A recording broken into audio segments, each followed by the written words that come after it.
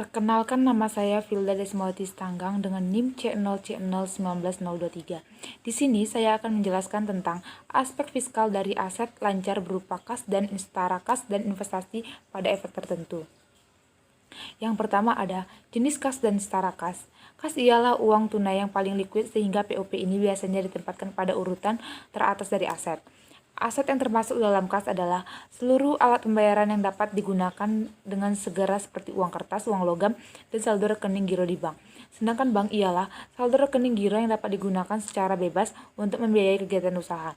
Kas dalam perusahaan umumnya dibagi atas kas kecil dan kas besar.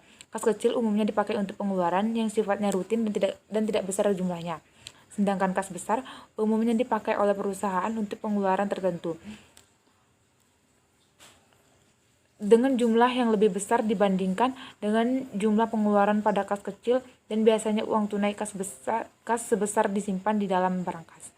Menurut IAI, dalam SAK ETAP, setara kas adalah investasi jangka pendek dan sangat likuid yang dimiliki untuk memenuhi komitmen kas jangka pendek, bukan untuk tujuan investasi atau lainnya.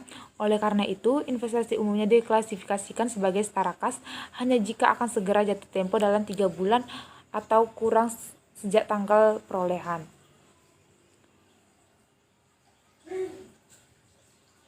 Pengertian yang tidak termasuk dalam kas dan setara kas baik menurut akuntansi dan perpajakan adalah sebagai berikut. Yang pertama ada deposito yang jatuh temponya lebih dari 3 bulan atau rollover. Yang kedua ada perangko dan materai. Yang ketiga ada kas bond atau uang muka. Yang terakhir ada cek mundur dan cek kosong. Untuk keperluan penyusunan laporan keuangan, kas dan bank dilaporkan sebesar nilai nominal. Untuk tujuan pengendalian kas dan bank, perusahaan pada umumnya melakukan pemisahan dana antara kas kecil dan kas besar. Kas kecil umumnya dipakai untuk pengeluaran harian perusahaan yang sifatnya rutin dan tidak besar jumlahnya. Menurut Wild dan Kwok, dalam kas kecil dikenal sebagai berikut. Yang pertama ada sistem dana tetap, yang kedua ada sistem dana berfluktuasi. Pencatatan transaksi dan mutasi dana kas kecil dilakukan setiap saat terjadinya pengeluaran dana kas kecil. Konsep pembukuan tabungan.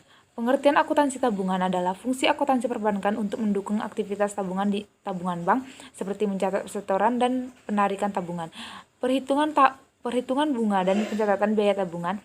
Setiap setoran tabungan akan dicatat sebesar nilai nominal setoran dan selanjutnya disajikan sebesar nilai kewajiban. Untuk setor tabungan, seorang penabung bisa menggunakan uang tunai, warkat, transfer masuk yang disetujui. Investasi pada efek tertentu. Menurut IAI, dalam SAK ETAP adalah surat berharga, yaitu surat pengakuan utang, surat berharga komersial, saham, obligasi, tanda bukti utang, unit penyertaan, kontrak investasi kolektif, kontrak berjangka atas efek dan setiap derivatif dari efek.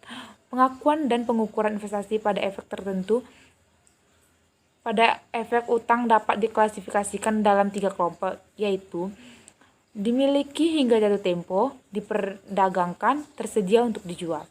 Sementara itu, pengakuan dan pengukuran investasi pada efek ekuitas dapat diklasifikasikan dalam 2 jenis, yaitu sebagai berikut.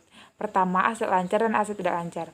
Efek dimiliki hingga jatuh tempo, efek diperdagangkan, efek tersedia untuk dijual. Perlakuan akuntansi pajak investasi pada efek utang dan ekuitas.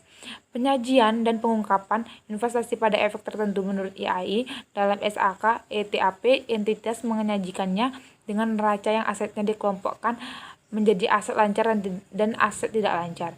Kewajibannya dikelompokkan menjadi kewajiban jangka pendek dan jangka panjang, harus melaporkan semua efek dalam kelompok AFS sebagai aset lancar.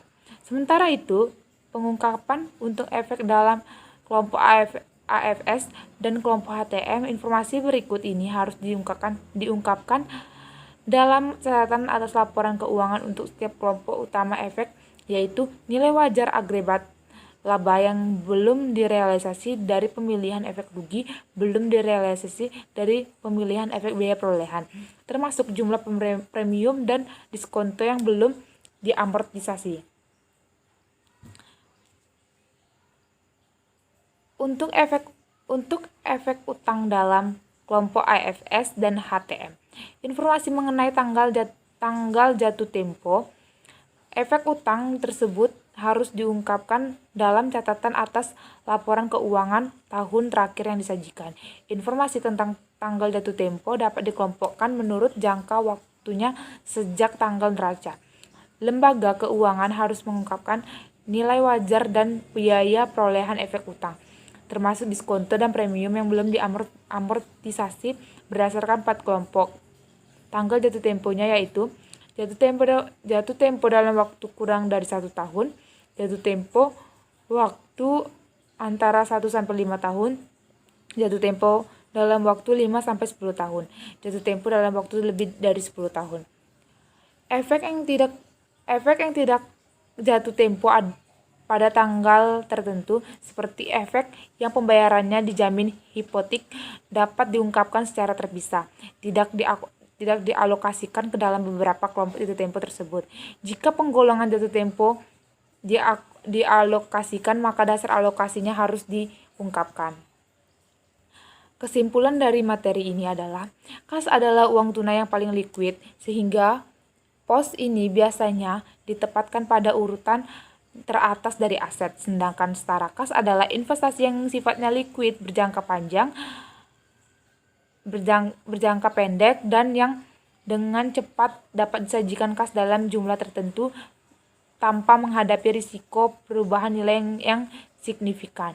Yang tidak termasuk dalam pengertian kas baik menurut akuntansi dan perpajakan adalah, yang pertama ada deposito yang jatuh temponya lebih tinggi 3 bulan atau rollover. Yang kedua ada prangko dan materai, yang ketiga ada kas bon atau uang muka, yang terakhir ada cek mundur dan cek kosong. Efek adalah surat berharga, yaitu surat pengakuan utang, surat berharga, komersial, saham, obligasi, tanda bukti utang, unit pernyataan kontrak investasi kolektif, kontrak berjangka atas efek, dan setiap derivatif dari efek. Pengakuan dan pengukuran investasi pada efek utang dapat diklasifikasikan dalam 3 kelompok, yaitu yang pertama ada dimiliki hingga jatuh tempo, yang kedua ada diperdagangkan, yang ketiga ada tersedia untuk dijual. Sedangkan pengakuan dan pengukuran investasi pada efek ekuitas dapat diklasifikasikan dalam 2 jenis, yaitu sebagai berikut. Yang pertama ada aset lancar dan aset tidak lancar. Sekian, terima kasih.